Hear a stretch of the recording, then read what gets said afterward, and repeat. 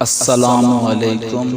میں آپ سب سے گزارش کروں گا کہ ایک مرتبہ سورۃ فاتحہ اور 3 مرتبہ سورۃ اخلاص پڑھ کے ان کا ثواب ان مسلمانوں تک پہنچا دیں جو اس دنیا فانی سے جا چکے ہیں۔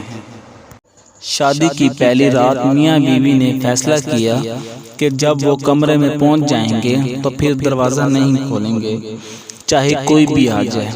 ابھی دروازہ بند ہوئے تھوڑی ہی دیر ہوئی تھی کہ دولہا کے والدین کمرے کے باہر پہنچے تاکہ اپنے بیٹے اور بہو کو نیک تمناؤں اور راحت بھری زندگی کی دعا دے سکیں۔ دستک ہوئی، بتایا گیا کہ دولہا کے والدین باہر موجود ہیں۔ دولہا دلہن نے ایک دوسرے کی طرف دیکھا اور باوجود اس کے دولہا دروازہ کھولنا چاہتا تھا۔ اس نے اپنے فیصلے کو مد نظر رکھا اور دروازہ نہیں کھولا۔ والدین ناکام واپس لوٹ گئے۔ ابھی کچھ ہی دیر گزری تھی کہ دلہن کے والدین بھی دولہا کے گھر پہنچے تاکہ اپنی بیٹی اور داماد کو اپنی نیک اور خواہشات پہنچا سکیں اور انہیں سکھی زندگی کی دعا دے سکیں۔ ایک بار پھر کمرے کے باہر دستک ہوئی اور بتایا گیا کہ دلہن کے والدین کمرے کے باہر موجود ہیں۔ دولہا دلہن نے ایک دوسرے کی طرف دیکھا اور پھر اپنا فیصلہ ذہن میں تازہ کیا، باوجود کہ اس کے فیصلہ ہو چکا تھا۔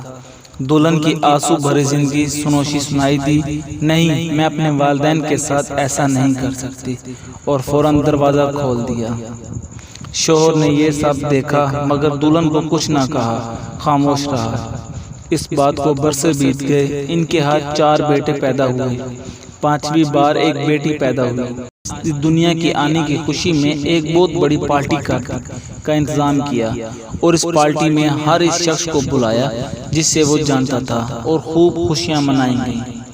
اس رات بیوی نے اپنے شوہر سے پوچھا، آخر کیا وجہ ہے کہ آپ نے اتنی بڑی پارٹی کا اہتمام کیا جبکہ اس سے پہلے 4 بچوں کی پیدائش پہ ہم نے یہ سب کچھ نہیں کیا تھا؟ شوہر مسکرایا اور بولا، یہ وہ ہے جو میرے لیے دروازہ کھولے گی۔ جی ہاں دوستوں، بیٹیاں ہمیشہ قیمتی ہوتی ہیں۔